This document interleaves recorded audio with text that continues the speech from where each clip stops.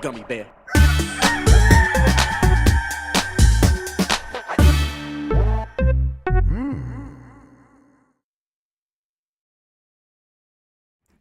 It's the internet. You're busy. Let's do this for June 17th, 2024. For the next hour or so, let me help you sort through the world of gaming on Game Mess Mornings Live with me, Jeff Grubb. Today, Nintendo finally confirmed the date for its next major video game showcase, but what can we expect there? But first, please join me in welcoming today's co-host to Game Mess Mornings. It's Emma Fyffe, everybody. Emma, how are you doing?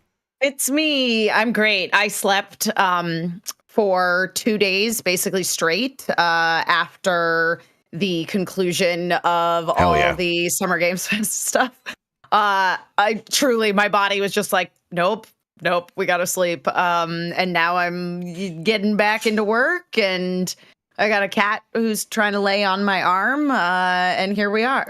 Yep, that's the way to do it. Yeah, I was pretty similar. Got home, slept a lot. I feel like my sleep schedule is still pretty messed up. I'm like still on West Coast time in a lot of ways. I need to fix that, but otherwise, home. Happy we had a good time. I thought the show itself was good. I thought our shows were a lot of fun. And yeah, it was a good time. Glad we were able to make it all happen. Any like games that you're finally able to talk about, or do you have any like? The one that I got to play amidst all the madness is still under embargo. Okay, There we go. Yes, I got a couple that are still under embargo as well. So we'll get to all those eventually. In that case, then have you been playing anything recently? You still plugging away on any games? I'm still on that games? Hades 2 beat. Hades 2, okay, hell yeah. Yeah, I love it. Having a great time. I had forbidden myself to play it during the week of Summer Games Fest because I can get really, really, really sucked in. And suddenly 3 hours will have passed and I thought it was 20 minutes. So yeah. Yep. Absolutely. That's where I'm at. Yeah. I spent like a lot of yesterday playing Sega Rally Championship for PS2.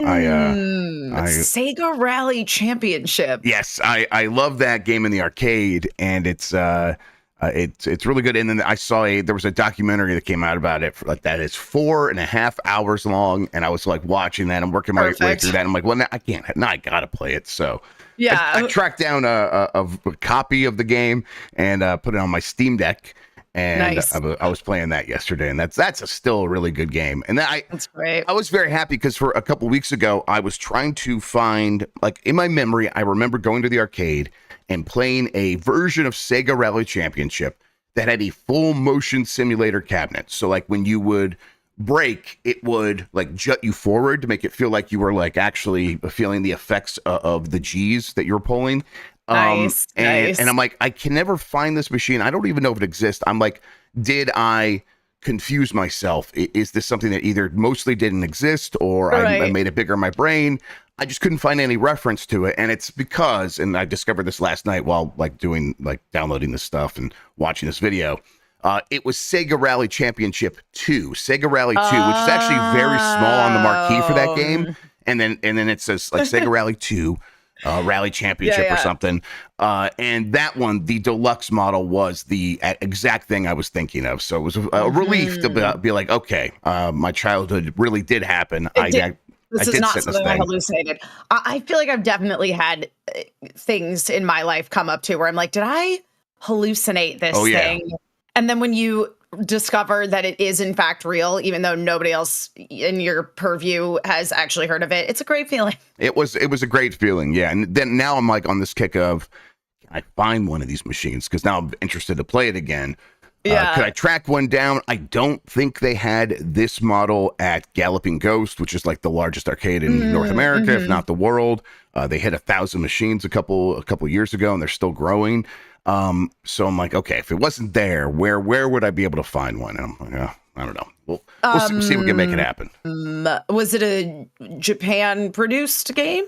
Yeah, it was yes. Okay. Yes, Sega made it, and then yes, absolutely. Okay, if it's anywhere, it's in Akihabara. Okay. So yeah, they probably do have it still. Just I'll try to there. find it when I go in August. Yep, it's either way. I was very relieved, glad it exists at the very least. So hopefully, I'll be able to track one down and play it. You know, if not, well, I'll just buy one. How much can it possibly cost to buy and then maintain and repair an old arcade cabinet with moving parts? All right, let's explain what we do here. Most weekdays, I, Jeff Grubb, will help piece your gaming life back together. That includes breaking news and maybe even some of our own original reporting. For all these topics, I'll get the input of a bona fide expert who will make me look smart. If you are watching live on Twitch, welcome. You can always listen to the show later on podcast feeds by searching for Game Mess Mornings or find the RSS on giantbomb.com. You can also catch the show later with chapters and timestamps on YouTube. Hello, YouTube. All right, we have a lot to get into, so let's start the morning mess with this first one. The Nintendo Direct has been set for tomorrow, June 18th. This is from Sal Romano at Gematsu. Nintendo will host a Nintendo Direct on June 18th at 7 a.m. Pacific Time, 10 a.m. Eastern, featuring 40 minutes of information focused on Switch games due out in the second half of 2024, the company has announced. There will be no mention of the successor to the Switch, something they confirmed previously. You will be able to watch it on YouTube and Nintendo.com, and probably Twitch as well. Hey, yeah, there it is. Nintendo Direct, June 18th. This is the date we've been hearing for a while. And excuse me, that disgraced leaker Midori also said June 18th. So I think they got one last prediction in there before riding off into the weird sunset. But yes, this is the show we've been anticipating, Emma. And that means, what are you anticipating to see? Well, I know that there's a conversation about this later in the show run today because I looked at the whole thing. Perhaps a certain successor to a flavor of Metroid, shall we say? Wouldn't surprise me at all. Is that where you're at? It wouldn't surprise you at all if Metroid Prime 4 shows up. I'm kind of on the there is going to be a Metroid Prime for something. It could be as simple as space. You know those teasers I'm talking about where they just like show the moon and then a title.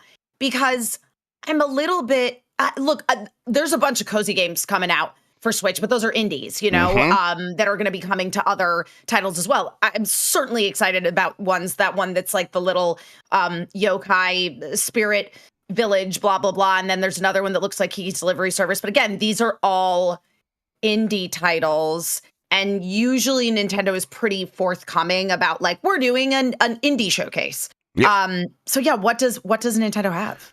So what they are setting up here, you're absolutely right, that they are not necessarily holding back expectations except for no Switch successor, right? They're saying that, and then they're setting no other real expectations in terms of, let's dial it in. Clearly not an indie world. This is a real Direct.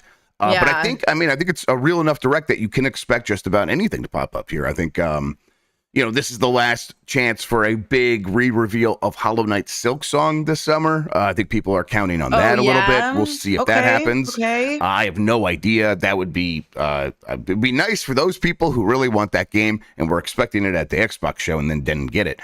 But Metroid Prime 4 does seem to be the one that I keep leaning on. Is like, if this thing wasn't going to be in this show announced as a Switch 1 game, they probably would have said something by now. So here we are at this Direct. They have a big, hole in their schedule for later this year around the holidays. That game would slide in. It would just fit in so nicely right there. And then they could fill it out with a bunch of other things, like the Zelda remakes. Sean's going to get me killed with this Zelda blowout incoming thing up here. This is going to get screenshotted, and I'm going to get shot on the street again for promising Zelda. I am doing no such thing. But you're I wouldn't be speculating. Yeah. Speculating. I would, hear me out. The Zelda game that deserves a Switch release is Twilight Princess. Yeah. Okay? Like, that's likely that could happen. Underrated Zelda title. I agree. We gotta get it in there. We gotta get her in there. I think so. That Wind Waker, Twilight Princess, double HD pack, the ones that got remade for Wii U. That was the rumor from years ago that this is a project they did, finished up, and now it's just been sitting there, ready to go for a rainy day. Well, they delayed the Switch 2, so this is the rainy day. Why not just drop this thing? They had a big Zelda game last year. They tried to have one big Zelda release per year. Before that, they had Skyward Sword. So they could go through this year without anything. Well, no, they have these things they could drop. So I would be excited about that. There's several, like the rumored Mario baseball game that could drop. There's the Summer Olympics this year. Sega and Nintendo could team up again for a Mario and Sonic at the Olympic Games. There's a whole bunch of things that could be at this show that I would be, the Fire Emblem remaster / remake. We keep hearing about that's also finished. Right. Oh, if they were to do a re-release of it would take some tinkering because it was a DS game, and it's always a challenge with DS games because you're dealing with the dual screens. But oh my God, if I could just get a remaster with the same sort of graphical integrity, I don't think graphical is a word, integrity, etc. Graphical, of Awakening, which was my Fire Emblem gateway game. Oh my God, I'd be so happy. Yes, I think the rumor is it's like they're actually going back to the Fire Emblem games we never like OGs. Yeah, totally. Genealogy of the Holy War. At least I was not paying attention. So I really want to play Genealogy of the Holy War because that was one of the ones that had a big influence on Awakening, where again you are dealing with those multiple generations. But yeah. Oh yeah, Genealogy. I would love to play that. Yeah. Okay. Yeah. Yeah, so I mean, there's lots of stuff that could be there. Is there anything in particular that you like would think would be like a long shot beyond any of these, or are you just like I'm along for the ride? Whatever they got to like send out the Switch in style, I'm there for it. I don't think it's a long shot per se, and this also wouldn't necessarily be a Switch it wouldn't be a Switch exclusive at the end. However, I do think that a lot of for example, I believe that we saw that there was going to be that remaster of Tactics Ogre during a Nintendo Switch showcase. I may be wrong, and chat, feel free to correct me on this, but we're hearing about Final Fantasy Tactics remaster, re-release, whatever, definitely happening. So yeah, those Final Fantasy, like Final Fantasy 9 and Final Fantasy Tactics, could both show up here. I wouldn't be surprised by that. Yes, that would be very cool. I think Square Enix will more frequently show up at Nintendo Directs. It's not like they were avoiding them before, but now that they are making it clear that's like, no, we are supporting all these platforms. Square Enix being as much part of the Nintendo Direct as possible is going to be crucial to that strategy. So the Final Fantasy name in a Nintendo Direct is something that can move things, and I think they all recognize that. This is tomorrow morning. We'll talk over it. We'll find a way to get that done, even though Jan's out. We'll talk over it, discuss it on the Bombcast, things like that. So that'll be our tomorrow. I'm looking forward to it. So yeah, no Switch 2 news here. We know that, not surprising. Yeah. When do you think they talk about it then? The Switch 2. Yeah. Like, so we get through this Direct. There is no Switch 2 news because there won't be. Gosh. When? Yeah. Well, because historically Nintendo has not been a big presence at Keighley related events. Correct. Yeah, that's true. Probably not the like opening night live at Gamescom or Game Awards. No, Tokyo Game Show maybe. Yeah. Yeah, so that's like I always want to say that's in September, but I can't remember. I believe it is September. Yeah. Yeah, that rhymed. I didn't mean it. So I think this fall is like the earliest. Like we'll get through obviously the end of summer. They're not going to talk about it this summer. That seems completely to make a lot of sense. So yeah, I think this fall is the earliest. It really depends actually on when this thing is going to come out, when they want it to come out. There's still reason to think it could happen, by March. But really, it's probably going to happen a little bit later than that. Now it's feeling. But if it is in the first half of next year still, then yeah, I think we get to like September, October, maybe December at the latest, where they actually come out with a teaser of some sort to talk about it. maybe get on the other side of Metroid Prime 4. That would make sense. Yeah. Unless, of course, Metroid Prime 4 is very cross-gen, which is also possible. We'll see. All right. There were some more video game announcements happening at the end of last week. Shovel Knight got a sequel, and Shovel of Hope DX are both on the way. This is from Blair Marnell at GameSpot. 10 years ago this month, the retro side-scrolling action game Shovel Knight made its debut. To celebrate the anniversary, Yacht Club Games live-streamed an event that featured two big announcements. The first was a new definitive version of the game, Shovel Knight, Shovel of Hope DX, and the second piece of news was confirmation that a Shovel Knight sequel is also in development. Shovel of Hope DX is coming to Steam, and it features a number of enhancements that weren't present in the original Shovel Knight. To start, gamers can choose between 20 playable characters from Shovel Knight and Shield Knight to their adversary, the Enchantress. Those aren't simply cosmetic changes, as each character has their own abilities and playstyle. The game is also adding a rewind function as well as 300 cheats that can be applied for a unique gameplay experience. Additionally, Shovel of Hope DX will include challenge stages, custom night, and the Battle Ghost Arena, as well as full stereoscopic 3D. Online and local multiplayer options are also supported. Shovel Knight, I think I originally played on the 3DS, Emma. So it's like, yeah, it would have 3D support built in. I wonder like how anyone would take advantage of that other than on a 3DS, but fair enough. No. The other thing was for the sequel, where Sean Velasco, a designer for Yacht Club Games, said that it will feature a groundbreaking, innovative gameplay mechanics, before adding that it will bring Shovel Knight into an entirely new dimension of gaming. So they're teasing a 3D Shovel Knight here. That's what I was going to say too. Yeah. For a long time, Emma, I've been like, hey, yeah, they should make Shovel Knight 64. One of my favorite things that any developers do is, here is a new franchise. Here's a 2D game that's simple and is a throwback to retro aesthetics. Yep. Isn't that fun? And I'm like, yes, that's great. And then they're like, and here's the sequel. It's a 3D first-person shooter that builds on that and still has retro aesthetics, but from a few years later. I love that. I really appreciate when developers can can tell a story. It's one of the reasons that UFO 50 game is so exciting, Emma, because they're like, yeah, we made 50 games, but it's from a fictional UFO console that existed for real, and it has its own internal logic to going from one game to the next, where it's like the gameplay mechanics build on top of one another, and some characters show up in one game and they show up in the sequel, or they make cameos in other games. I love that, and so I also just like the idea of a studio being like, we made Shovel Knight, and now we could make more Shovel Knights, and we have. But what would be a big successor? And I'm like, yes, a 3D game. Let's do it. Is this exciting to you?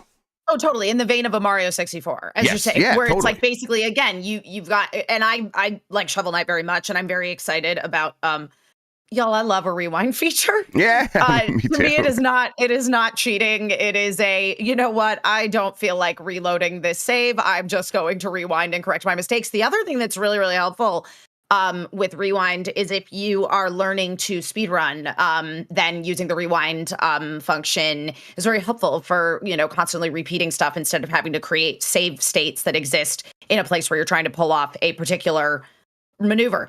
But yes, I'm totally with you that this is the right move. Give me those kind of blocky, pixelated N64 graphics. And yeah, 3D.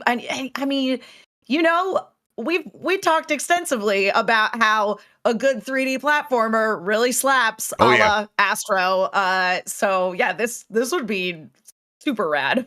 Yeah, it just I have a lot of faith in the studio to know what makes Shovel Knight fun and being able to translate that into 3D. It'll be a challenge, and I think they're up to it. This is a team that also takes their time, so I'm not expecting this anytime soon. Speaking of which, both of these projects do not have release dates. And I think Mina the Hollower, their other game that is like that Game Boy Color Zelda-looking game where you play as a little vole or something that can burrow under the ground and pop out. It's a lot of fun from what I played at I think was the Game Awards or maybe PAX a few months back. Either way, it's like I had a good time with that game. It was really impressive, and I'm like, okay, maybe that could come out in 2024 still. Well, I don't think they gave it a date, so. No. So all of their things are still kind of in a holding pattern. I'm glad they came out and announced these things. But I'm also glad that they just take their time. Shovel Knight has been a very successful game. I hope that they are able to turn that into them working at their own pace. And so, yeah, I don't expect to see Shovel Knight 64 or whatever it turns into, the 3D game, for several years now. But yeah, I'm just kind of happy to hear that they're working on that. It gets me reinvigorated for Shovel Knight in general. All right, let's get to this next one. Todd Howard discusses next Fallout game and how Bethesda is in no rush to make it. This is from Darren Bonthus at GameSpot. With a well-received TV adaptation leading to a resurgence in popularity for the Fallout video games, 2024 has been a pretty good year so far for Bethesda. Now that a second season of Fallout has been greenlighted, and the expectation for Fallout 5 is higher than ever, but Bethesda's Todd Howard says that there are no plans to rush out a new mainline Fallout game just yet. Thanks to the ongoing popularity of Fallout 76, new DLC for the game has just launched, the company plans to bring the franchise back in a more meaningful way. Here's one of the quotes. For other Fallout games in the future, obviously I can't talk about those right now, but I would say sort of rushing through them, or we need to get stuff out that is different than the work we're doing on 76. We don't feel like we need to rush any of that. Two players right now, Howard said in an interview with Mr. Matty Plays. Shout out to Matty for getting the interview. The Fallout TV show fills a certain niche in terms of the franchise and storytelling. I totally get the desire for a new kind of mainline single-player game. Look, those things take time. I don't think it's bad for people to miss things. We just want to get it right and make sure that everything we're doing is good for the franchise, whether it's Elder Scrolls, Fallout, or Starfield, and that those become meaningful moments for everybody who love these franchises as much as we do.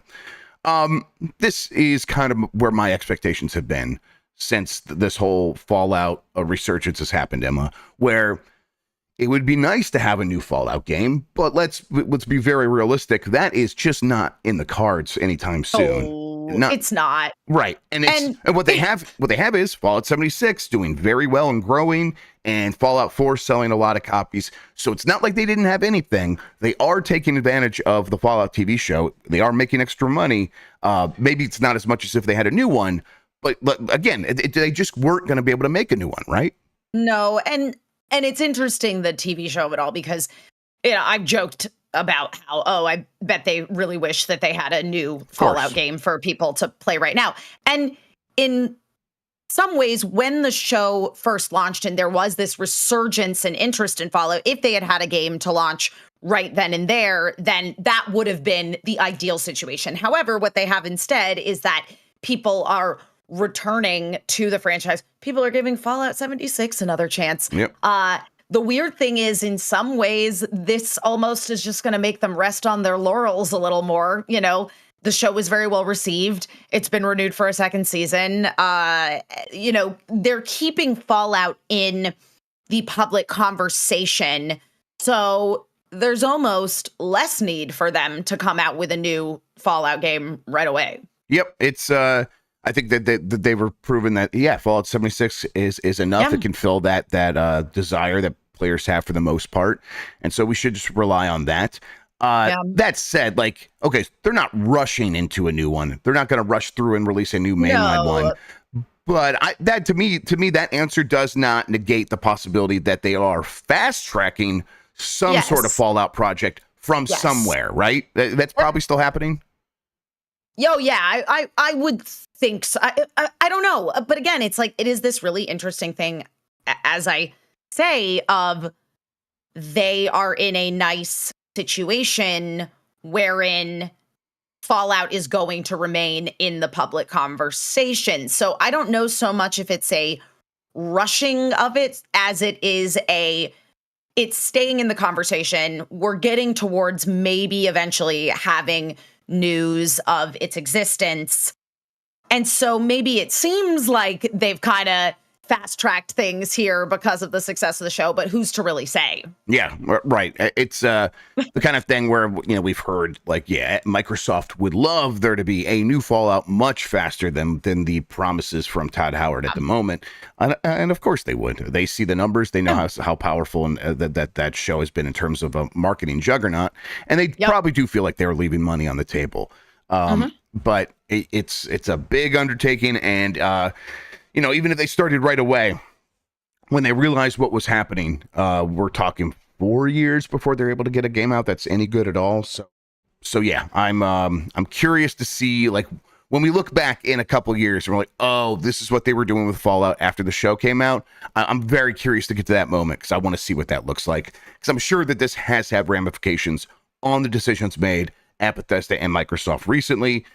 It's just those decisions aren't, let's just like drop everything and make a Fallout mainline sequel right away, at least according to Todd Howard.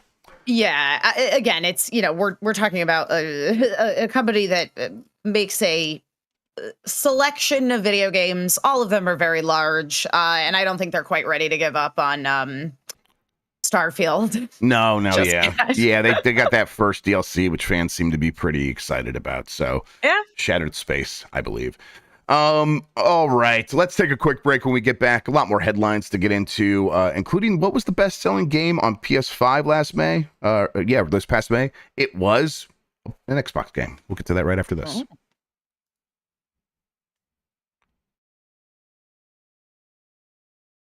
All right, we are back, and as promised, more headlines. Xbox's Sea of Thieves was PS5's most downloaded game in May, I should say. This is from Tom Ivan at VGC. Microsoft's Sea of Thieves was the most downloaded PlayStation 5 game in both the US and Europe last month.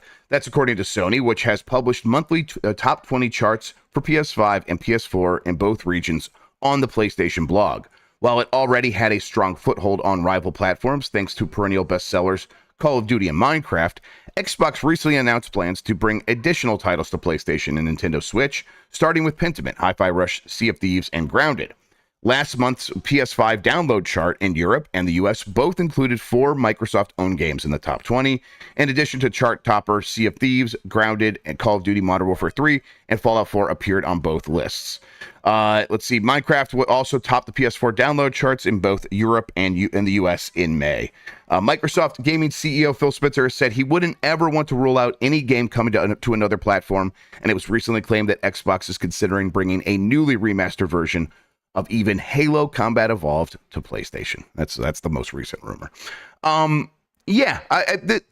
We've had this conversation, but this does feel like, Emma, now we are fully on the other side here where the numbers are undeniable, that you sort of can't put this toothpaste back in the tube because this is too much money to ignore, actually. If you're going to have one of the best-selling games, if not the most downloaded game for the PlayStation 5 in the last couple of months, they're going to keep doing this, right? Oh, yeah. Oh, 100%. It's super interesting because a lot of the conversations have been around studios that have had exclusivity with Sony bringing their titles to other platforms. But here we're literally seeing Microsoft bringing their games to Sony platforms and them doing extremely well.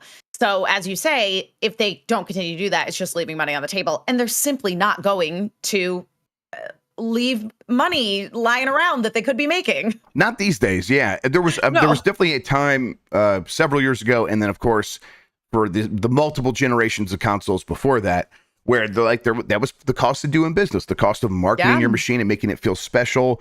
It was exclusives. And both companies have seemed to lose their taste for that more and more to varying degrees. Obviously, Xbox much more willing to put games on PlayStation than Sony is for putting stuff at least on Switch. But we did get Lego Horizon Adventures developed by Guerrilla, not developed by Traveler's Tales, developed by a first-party Sony studio going over to Nintendo Switch. Obviously, we had the MLB games have that happen before, but that was like an MLB initiative. This year was like, no, Sony just sees an opportunity, and I think they got themselves into a room, and they're like, why shouldn't we do this? Why wouldn't we do this? And they had no good answers. And I think that is where we're at. There's no good answers for keeping it off the other devices because it doesn't feel like it's going to change the reality of how the consoles sell or perform.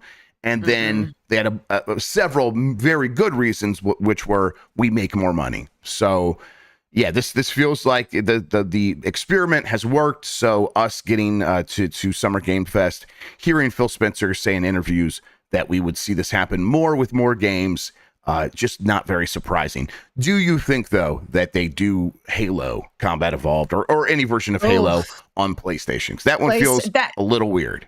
That one, I'm more on the side of no, because to me that this is going to be a very weird analogy. To me, that feels like putting a Mario game on a non-Nintendo. No, you're right. That's exactly how it feels. Because I feel like Master Chief is the mascot of Xbox. Yep. Yeah, that's exactly right. So it is the one that feels the strangest. And you know, not to defend like list war fanboys that argue with each other constantly, but like there is something to be said for they buy into the power of their system because they could say, when I own it, I'm special because I get access to these games. The console makes them feel special. And I think we've seen with the Xbox that sort of fall apart because the games have felt less special because they are already available in more places and now they're available on PlayStation. So, you know, holding on to a couple of these franchises as this is still what makes Xbox as a platform, as a hardware platform special, that has value still. But does that value overcome actual monetary value? I don't know. And I'm not sure. Right. And it's maybe Emma, they get to a point where they're like, let's rip the Band-Aid off. Like, right. Like, let's just say even Halo so that people know. And then after Halo goes over to PlayStation, it's this conversation's done. This is just the way it is. Until that, though, it's like there's some question of like, well, is there a red line that they won't cross? And I, you know, I'm of the opinion that they'll cross any line eventually if it makes sense for them financially. But then even like feigning or suggesting that there is still a line can keep people guessing for a little bit. But yeah, I don't know. What do you think is more likely? Halo, the Band-Aid gets pulled off, or they keep kicking that can down the road, and we get to the end of this generation, and Halo is still exclusive to Xbox. Yeah, I can't. This is tough for me too. I really don't know. It is a very tough call. I'm gonna go. I'm gonna swing hard here and say that it's staying on Microsoft related platforms. Yep. They're not quite ready to give up the console wars yet. Yeah, I think that they will find an opportune moment that where they can like minimize what the perceived damage would be or something. But yeah, I think that takes a couple of years. You're probably right. Yeah. All right. Let's see here. Next story. Masahiro Sakurai says he's recorded his final YouTube video. This is from Andy Robinson at VGC. Super Smash Bros. Director Masahiro Sakurai has recorded his final YouTube video, he has said. Since 2022, the game designer has run his own YouTube channel named Masahiro Sakurai on Creating Games, in which he shares game design tips. At the time of publishing, the channel has more than 580,000 subscribers. Earlier this year, Sakurai announced on social media that he would be winding down the channel after 2 years of publishing videos. Now, in a further update shared on Saturday, the designer confirmed that he'd recorded its final episode. However, Sakurai said it will be a while before the video is published. Earlier this year, Sakurai said he was still creating games for the time being, despite previously claiming in 2022 that he was semi-retired following the release of Super Smash Bros. Ultimate Final DLC character. As for me, I'm still creating games for the time being, but I'm also making this YouTube channel. I've never done anything like this before, so in a way you could say I haven't exactly stayed put either. I am curious if we should be reading into this anymore, Emma, as is this Sakurai getting back on the saddle for the next Smash Brothers game? I hope so. Right. It's very easy to for us to create those links in our head. That is where my brain goes first. The reality is he could just as well be like, this is it. I made the videos I wanted to make. I had a certain set of ideas I wanted to share. I have now fully explained my process and my thinking, and I don't need to start repeating myself or trying to drill down deeper on these topics. The content is out there. The channel is done. I'm moving on to another project, and that project isn't necessarily getting back into doing another Smash Brothers or making a game for Nintendo even. So at the same time, I mean, it would make some sense. I don't know. I know. And he came from Kirby originally. So we got a new Kirby game in the last couple of years. Yes. Obviously, it wasn't him because he's been very busy with Smash. Right. There was that while where we were getting a lot of Kirby games. Yes. Kirby seems to go on just fine without him at this point. Yeah. It is. he was like sort of champion Kid Icarus there on the 3DS, and he was involved in Kid Icarus Uprising. Yeah. Is that the name of that game? I believe so. And that game could easily get a remaster at any point too. That could show up at the Direct. Frankly, we'll see. But I don't know if Sakurai is like, hey, I need to go back, make another Kid Icarus game after doing that 3DS one, or if I need to do another Smash Brothers after Ultimate, which he very much positioned as this is the final expression of what this thing is going to be. But he did say during the development of Ultimate that he didn't really have time to sort of do a mentoring process for bringing up someone new to oversee the franchise going forward. So I wouldn't be surprised if, like, he is moving on to a project where it is, yeah, I'm making the next Smash Brothers game, but what I'm really doing is standing back and letting other people learn some lessons so that they can actually take that franchise over going into the future, and I can fully wash my hands of it. I do believe that Sakurai probably will get involved in that process, but whether that's happening now or not, who knows?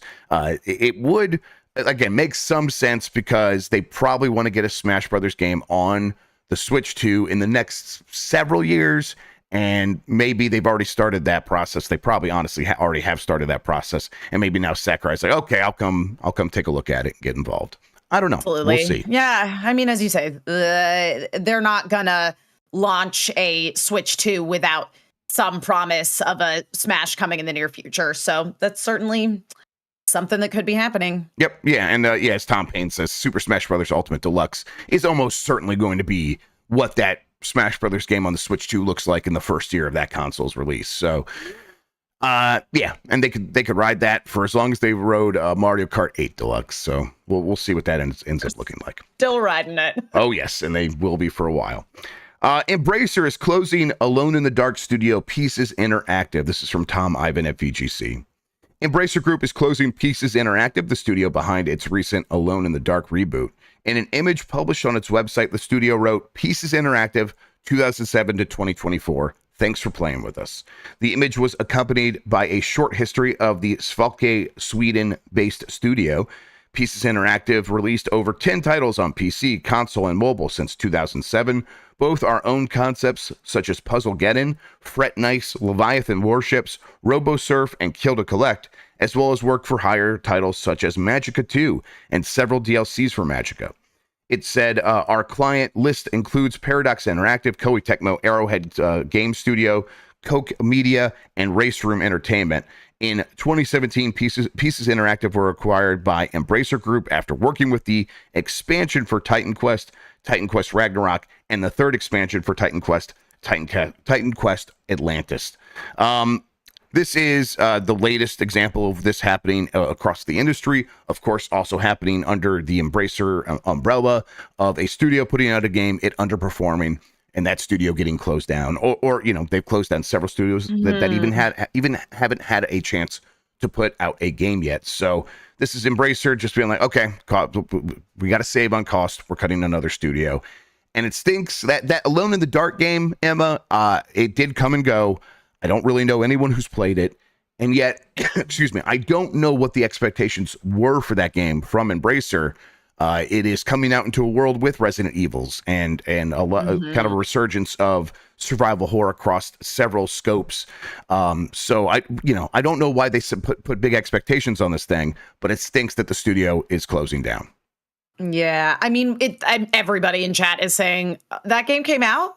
Yep, it really did. I haven't. I never even really touched it. I meant to. It's got it had David Harbour in it, right? Like they were going for something, but and clearly it didn't hit what it was going for in terms of those expectations. But I just really wish that they would have recognized that the expectations for an Alone in the Dark game that was going to be mostly mediocre, just fine at best, could never have been that high. Oh yeah, as you say, unless you're going ground up like Resident Evil 2, 3, 4 remakes. There's just the market for an okay re-release of or even Dead Space. Yep. There's just no market for a fine reimagining, remaster, etc. of a horror game. Yeah, a game that's trying to like do what the Resident Evil games are doing right now, but not nearly as well. There's obviously a lot of space in that genre for smaller lo-fi games that are interesting and look weird. I think that's what we're seeing from Blumhouse. Like, that is their whole MO. They're announcing Blumhouse games. Here's a bunch of smaller titles. And I think that could have worked for Alone in the Dark. But, sure. Hindsight 2020, I get that. Yeah. Like, we're coming in here, armchair analysis for this one. Of course. Mostly just feel bad for the studio. Same. And I've been curious about this game. I might eventually check it out. I was planning to check it out later this year for Halloween, but we'll see. And then, of course, a similar story. Wizard with a Gun developer Galvanic Games is also closing down. This is from Jordan Midler at VGC.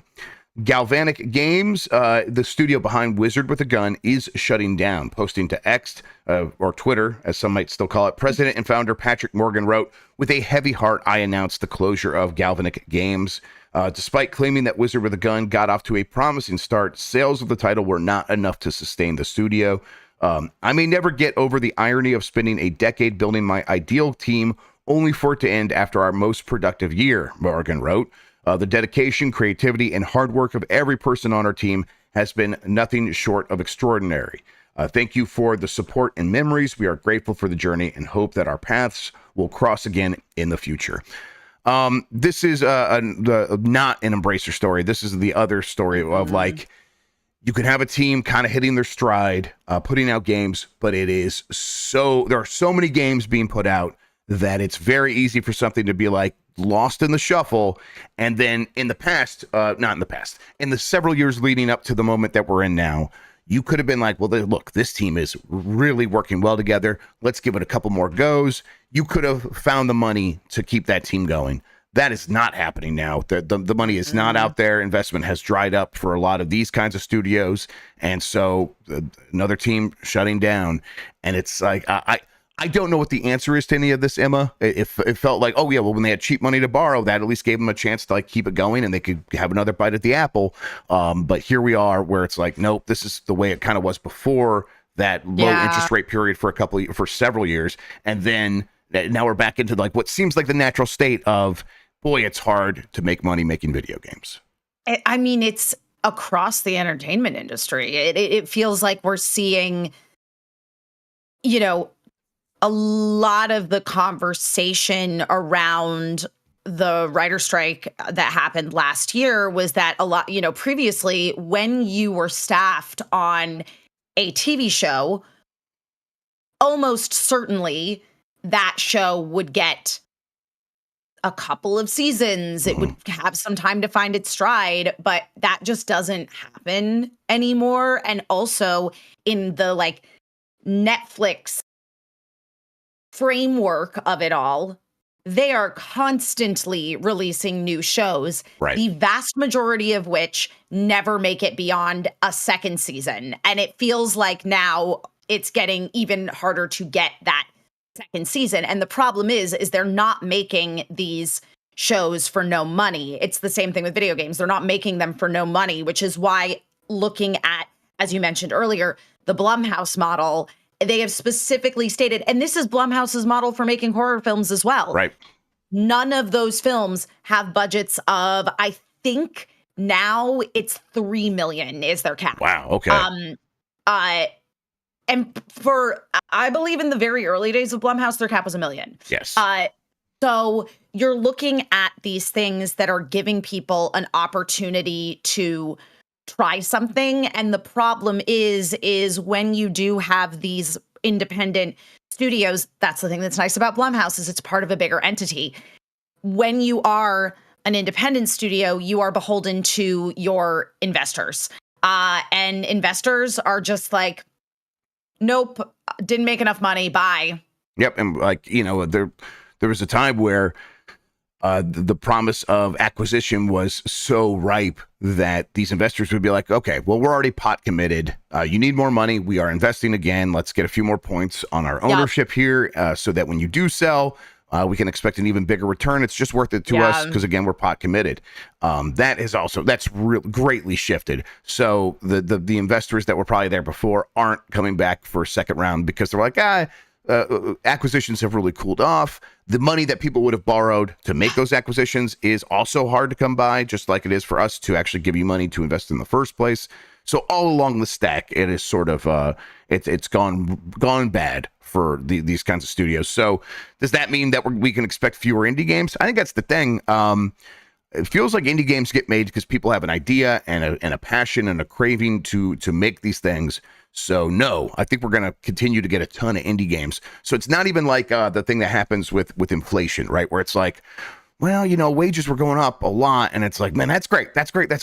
Hey, but it could be good if it slowed down, where it's like, that'd be nice if things slow down a little bit, because that means inflation might cool off if people stop getting pay increases. It's like, okay, well, that sounds like it sucks, but I get what you're saying. I understand why that is also maybe a good thing.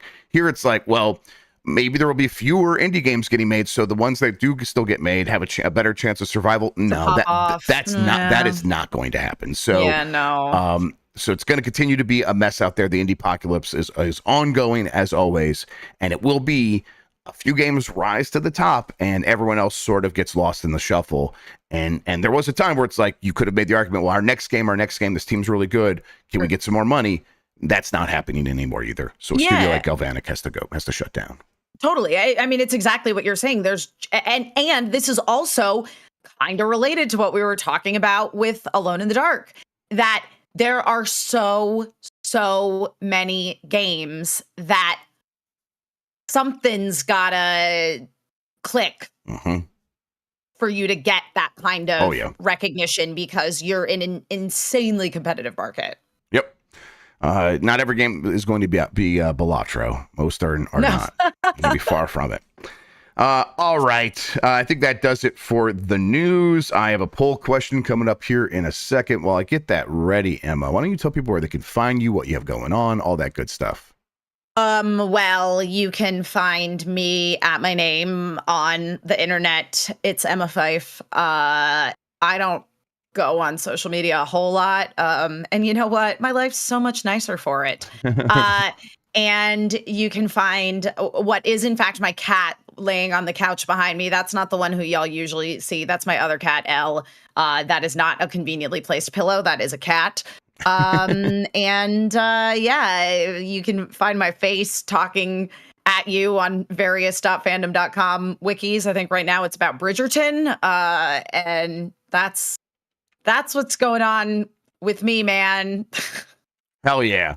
Like you said, we have more embargoed games from Summer Game Fest that we'll talk about somewhere eventually, probably on this show, if not Bombcast proper or whatever. We'll find some time for it. I'm realizing we didn't put up the poll question because Jan's gone.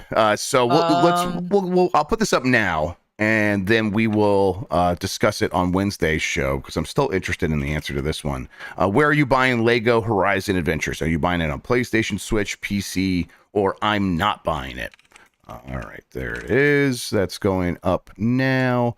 I posted that. You're buying it though, Grubb, because you basically went Super Saiyan over it. Exactly. Yeah, I lost my mind for that game, and I'm proud of it. Proud Lego Horizon Adventures stan. There's the poll question now.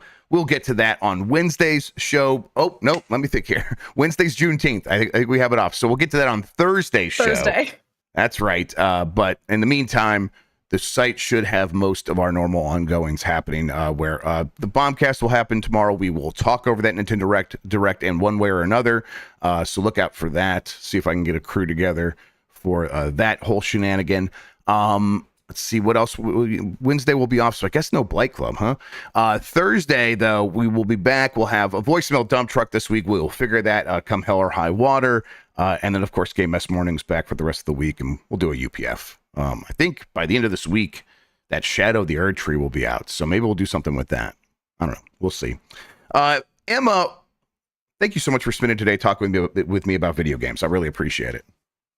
You so much for having me, and thank you to Always Be Clothing. I appreciate the gift with which I was bestowed at our live show. Thank you so much, everybody that came to that show. It was so fun. It was so nice to see a big audience of people just ready to hang out for what ultimately was pure shenanigans. It was pure shenanigans. It was a good time. Yeah, ABC, thank you for my popcorn bucket. Then I went to Disney and I bought another popcorn bucket. So you've turned me into a freak already. I got a Millennium Falcon popcorn bucket from ABC. It was very nice. I know. I'm like, am I about to start collecting Galaxy's Edge tiki mugs? Yeah. The Lothcat one just came out. The Lothcat one just came out. Really? So yeah, and that was one of the portions of my gift. So thank you again. Good deal. Thank you so much, everybody who did come out. Yeah, and shout outs to everyone who made it happen, especially Emma. Thank you so much. All right. Let's get out of here. Thank you everybody for watching. You're the best audience in gaming. Until next time, have a good one. Take care of yourself and goodbye.